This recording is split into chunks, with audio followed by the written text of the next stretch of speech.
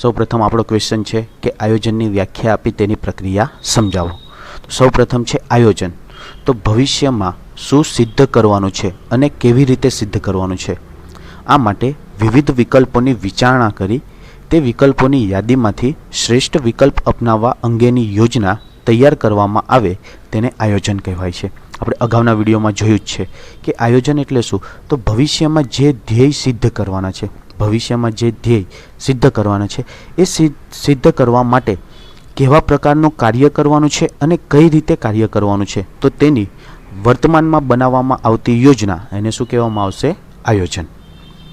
ત્યારબાદ એની વ્યાખ્યા છે વિવિધ જે આપણા વ્યવસ્થા તંત્રવાળા જે વિવેચનો છે અથવા તો જે શાસ્ત્રીઓ છે, લેખકો છે, એ લેખકો દ્વારા અમુક વ્યાખ્યાઓ લખવામાં આવી છે જે નીચે મુજબ છે કે ડૉક્ટર બિલી ગોએટ્સના જણાવ્યા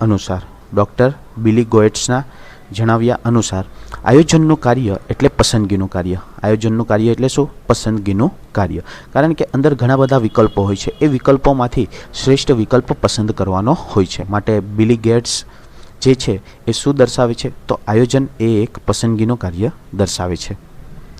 ત્યારબાદ બીજા જે લેખક છે doctor George R Terry.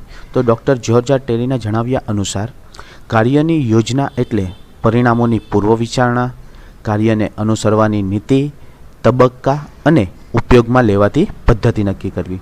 George R ટેરીના મતે શું છે, તો કાર્યની યોજના એટલે પરિણામોની પૂર્વ વિચારણા, કાર્યને અનુસરવાની નીતિ, તબક્કા અને ઉપયોગમાં લેવાતી પદ્ધતિ નક્કી કરવી. ધ્યેયને પાર પાડવા માટે ઘડવામાં આવેલો બુદ્ધિપૂર્વકનો સૂચિત કાર્યક્રમ એટલે આયોજન. એટલે કે આયોજન શેના માટે કરવામાં આવે છે, તો ધ્યેય સિદ્ધિ માટે જ કરવામાં આવે છે. તો ચાલો મિત્રો જોઈએ હવે આપણે આયોજનની પ્રક્રિયા.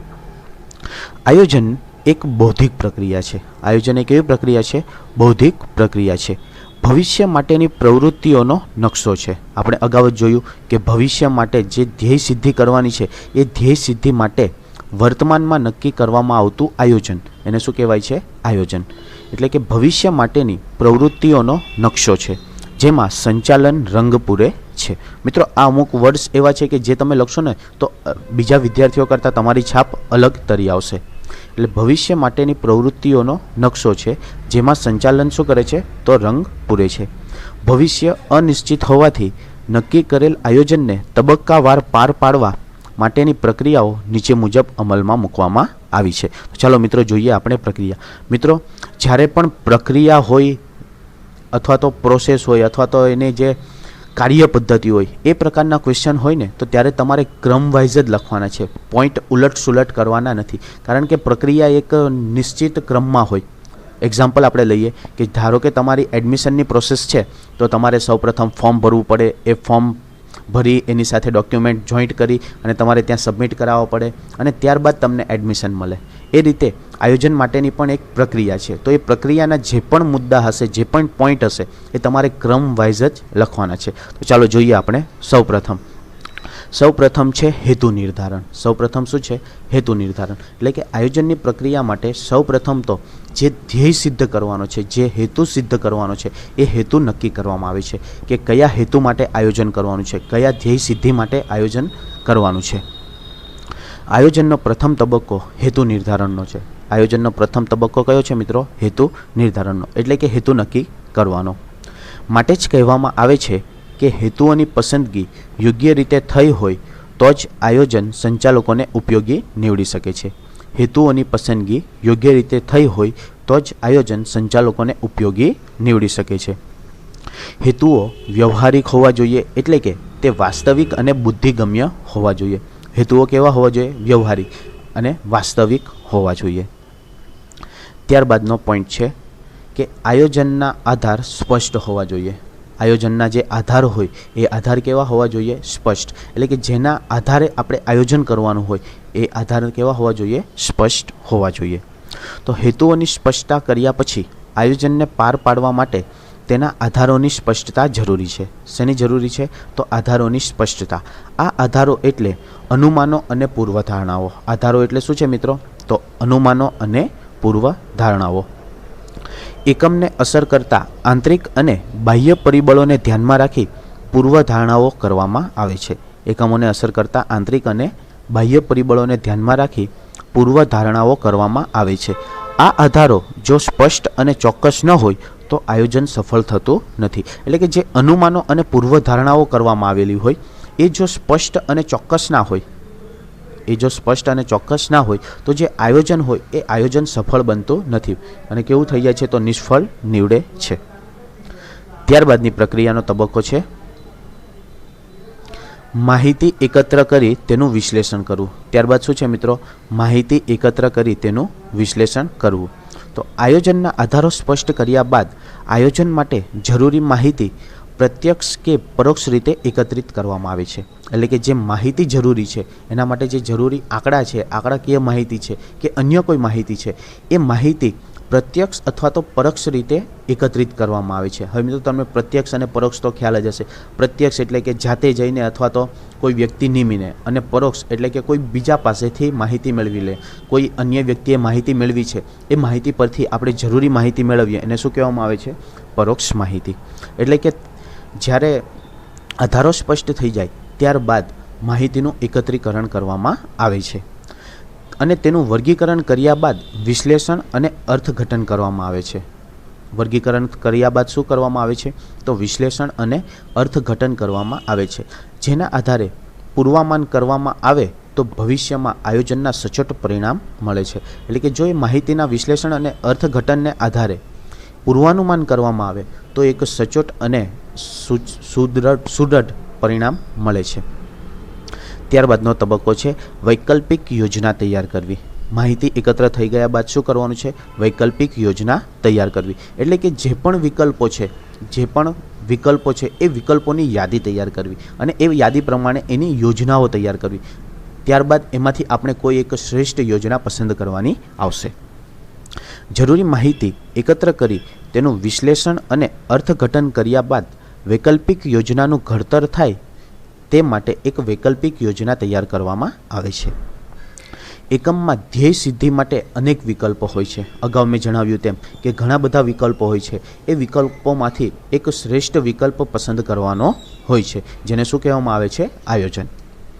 આ તમામ વિકલ્પોની યાદી આ તબક્કે તૈયાર કરવામાં આવે છે. અહીં એક ઉદાહરણ લીધું છે કે દાખલા તરીકે કોઈક વસ્તુનું ઉત્પાદન કરી વેચાણ કરવું કે તૈયાર વસ્તુ ખરીદીને વેચાણ કરવું, એ બે વિકલ્પ છે. એ બે વિકલ્પમાંથી કોઈ પણ એક વિકલ્પની પસંદગી કરવામાં આવે છે. ત્યારબાદનો તબક્કો છે વિકલ્પોની વિચારણા કરવી. ત્યારબાદનો તબક્કો શું છે? વિકલ્પોની વિચારણા કરવી. એટલે કે જે પણ હયાત વિકલ્પો છે, જે પણ ઉપલબ્ધ વિકલ્પો છે, એ વિકલ્પોની જે વિચાર વિમર્શ છે એ વિચાર વિમર્શ કરવામાં આવે છે કે કયા વિકલ્પમાં શું પ્રોસિજર છે અને કયા કયા પરિબળો અસર કરે છે, કયા વિકલ્પથી વધુ ફાયદો થાય છે, કયા વિકલ્પથી નુકસાન જાય એવું છે. તો એ બધા વિકલ્પો વચ્ચે શું કરવામાં આવે છે? તો એ વિકલ્પોની વિચારણા કરવામાં આવે છે.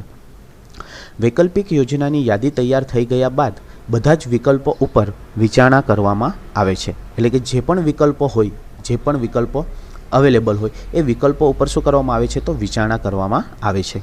જેમાં એકમને અસર કરતા પરિબળો અને વિકલ્પોના સંબંધ અંગે વિચારણા કરવામાં આવે છે. એટલે કે એ વિકલ્પો જે પસંદ કરવામાં આવે એની સાથે કયા કયા પરિબળો અસર કરે છે અને એના કોની સાથે સંબંધ છે એ અંગે પણ શું કરવામાં આવે છે? વિચારણા કરવામાં આવે છે. આ એક બૌદ્ધિક પ્રક્રિયા છે. આપણે અગાઉ પણ જોયું કે આયોજન એ કેવી પ્રક્રિયા છે? તો આયોજન એ બૌદ્ધિક પ્રક્રિયા છે. વિચારણા કરતી વખતે ગાણિતિક તથા આંકડાશાસ્ત્રીય પદ્ધતિનો પણ ઉપયોગ કરવો પડે છે. વિચારણા કરવામાં આવે ત્યારે જે આંકડાકીય માહિતી છે તો એ આંકડાકીય માહિતીની વિચારણા આંકડાશાસ્ત્રીય પદ્ધતિઓ દ્વારા કરવામાં આવે છે. આ માટે ધંધાકીય એકમ કાર્યાત્મક સંશોધન દ્વારા એક આદર્શ યોજના તૈયાર કરે છે. આ માટે જે ધંધાકીય એકમ છે એ એકમ કાર્યાત્મક સંશોધન દ્વારા એક આદર્શ યોજના તૈયાર કરે છે. ત્યારબાદનો તબક્કો છે કે ચોક્કસ યોજના સ્વીકારવી. શું છે મિત્રો? ચોક્કસ યોજના સ્વીકારવી. એટલે સૌપ્રથમ શું છે? તો હેતુ નિર્ધારણ. ત્યારબાદ તો આધારો સ્પષ્ટ કરવા. આધારો સ્પષ્ટ થઈ ગયા બાદ તો વિકલ્પો એક યાદી બનાવવી, વિકલ્પોની વિચારણા કરવી અને ત્યારબાદ શું છે? તો એમાંથી ચોક્કસ યોજના સ્વીકારવી. એટલે કે જે પણ યાદી તૈયાર કરાઈ છે, જે પણ વિચારણા થઈ છે, વિચાર વિમર્શ થયા છે, એ વિચાર વિમર્શના પરિણામે જે એક ચોક્કસ એક યાદી તૈયાર કરવામાં આવી હોય કે આ જે વિકલ્પો છે એ વિકલ્પો દ્વારા એક સુદૃઢ આયોજન કરવામાં આવી શકે એમ છે. તો એ ચોક્કસ યોજના શું કરવામાં આવે છે? સ્વીકારવામાં આવે છે. આ તબક્કામાં વિવિધ વિકલ્પો અંગે વિચારણા અને અભ્યાસ તથા ચકાસણી કરી કોઈ એક શ્રેષ્ઠ યોજના સ્વીકારવામાં આવે છે. શું કરવામાં આવે છે? તો જે પણ વિકલ્પો હયાત હતા એ વિકલ્પોમાંથી એક શ્રેષ્ઠ યોજના સ્વીકારવામાં આવે છે. ત્યારબાદનો તબક્કો છે ગૌણ યોજનાઓનું ઘડતર અને ચકાસણી. મિત્રો, જે મુખ્ય યોજનાઓ હોય એની સાથે ગૌણ યોજનાઓ અવશ્ય હોય છે. તો એ ગૌણ યોજનાઓ કઈ કઈ છે, કેવી રીતે એ કાર્ય કરશે, તો એનું ઘડતર અને એની ચકાસણી અંગેની બાબતોનો પણ આ આયોજનના તબક્કામાં સમાવેશ થાય છે. તો મૂળ યોજનાને અનુરૂપ અથવા મૂળ યોજનાને સહાયરૂપ થાય તે અંગેના પ્રકલ્પો અથવા વિકલ્પો વિચારવામાં આવે છે. શું કરવામાં આવે છે? તો મૂળ યોજનાને અનુરૂપ અથવા મૂળ યોજનાને સહાયરૂપ થાય તે અંગેના પ્રકલ્પો અને વિકલ્પો વિચારવામાં આવે છે, જેને ગૌણ યોજના તરીકે ઓળખવામાં આવે છે. જેને શું કહેવામાં આવે છે? ગૌણ યોજના.